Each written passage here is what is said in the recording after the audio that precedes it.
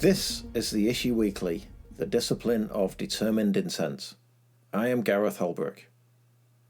Thought that leads to action, action that is thoughtful.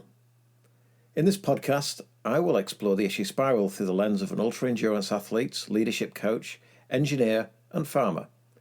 The first few episodes will be excerpts from the book, the autobiographical sections, talking about Ironman, Coast to Coast, and other races I've taken part in. Enjoy.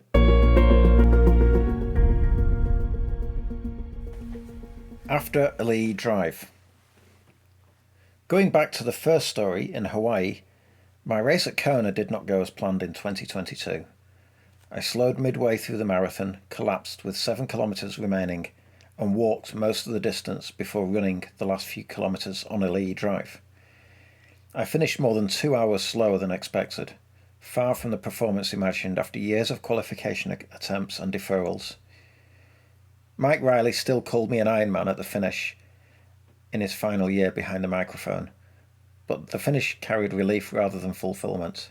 The line was crossed, but it didn't feel complete.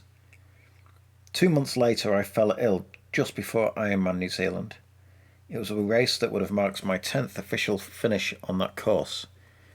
That race had already been cancelled once in March due to the COVID-19 pandemic, and although I completed the distance alone, there was no finish line or recognition. The threshold for entry into the Hall of Fame at the oldest international Ironman event is 10 finishes, and that goal remains unachieved. It's not the missed accolade, but the absence of closure, because the decision never settled. That I still feel. After Kona, I continued training without reassessing intent, and the consequences were acute. A serious prostate and kidney infection forced withdrawal from the deferred 2022 race, so I booked March 2023. I then tested positive for COVID on the day before the event, resulting in a DNS, did not start, on the results. That pattern repeated over the following year. 2 attempts at the Coast to Coast ended in DNFs, each one demanding more recovery from diminishing informational return. At the Townsville World Triathlon Multisport Championships, I disengaged early and remember standing at the start line and saying to myself, I don't want to do this anymore. The body was capable and the habits to train still persisted, but intent had diminished and were no longer in my kokoro, in my heart-mind. It reminded me of Taupo in 2017. After that gap appeared, my performance has since declined. Harry Frankfurt describes second-order volition as the desire to desire something, and his concept clarifies what was unfolding in my life. I wanted to want to race in the way that I had for decades, but the desire no longer stood on its own. Habits built over years continued to operate even as the underlying commitments weakened. Willpower could maintain motivation for a while, but it could not restore intent once it had decoupled from identity. Hansei requires attention to what the data show, rather than what pride or nostalgia would prefer. The data showed repeated disengagement, rising physical cost, and diminishing return on time invested. Persistence without intent had become repetition with better branding. Continuing along that path offered no new information, only further erosion. The pattern was stable and increasingly costly. I stopped forcing competitive racing, but that decision was partial rather than total. I no longer pursued Ironman as a performance project aimed at times, rankings, or symbolic validation. What remained was a desire itself, unresolved and occasionally insistent. Action stopped before identity fully caught up, leaving a lag that would not be rushed without distortion. The pause was deliberate. Resolution had not yet been achieved. I became president of the North Harbour Triathlon Club in 2025 and took on the sponsor coach role for the Kiwiman X-Tri.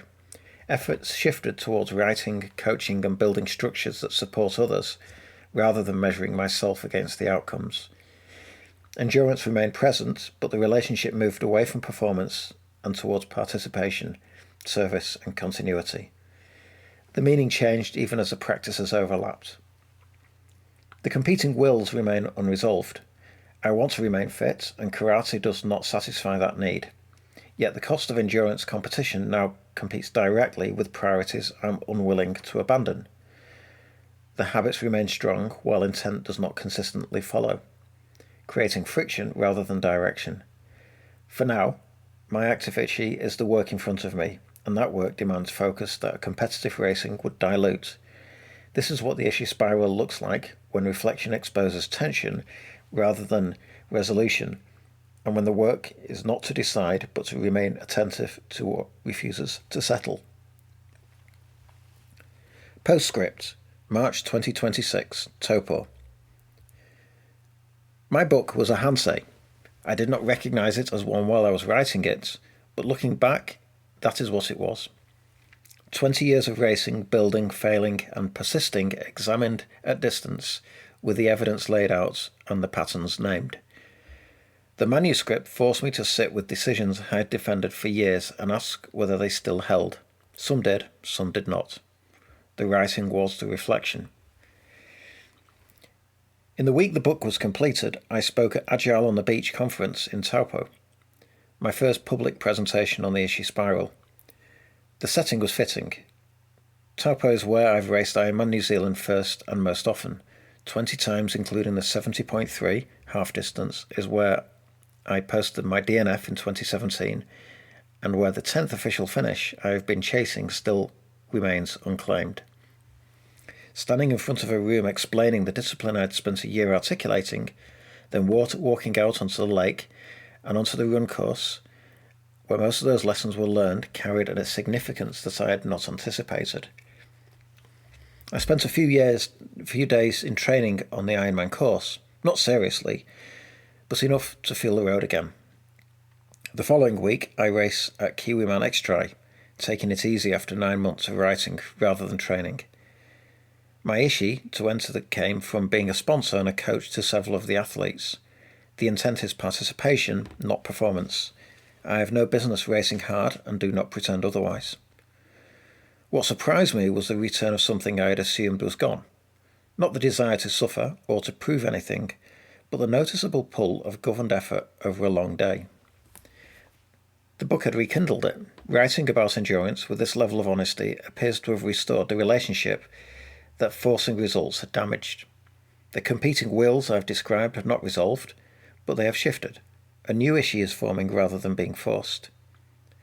I am now considering racing Ironman New Zealand in 2027, a few weeks after my next attempt at Coast to Coast, for what would be my 10th official finish in Taupo. The decision is not made. A trigger point has been set. Ironman 70.3 Sunshine Coast is a race I've done before at the end of a previous sabbatical. If I race there with some expectation of pace and results confirm that my body is willing to cooperate, I will take Taupo 2027 seriously. If the data tells me otherwise, the issue does not form. That is the discipline working as designed. The spiral does not stop where the book does. What follows will be worked in public, because discipline tested only in private has never really been tested. Whether the issue holds or is revised through Hansei, the evidence will be visible. The book was a reflection. What comes next is a new decision.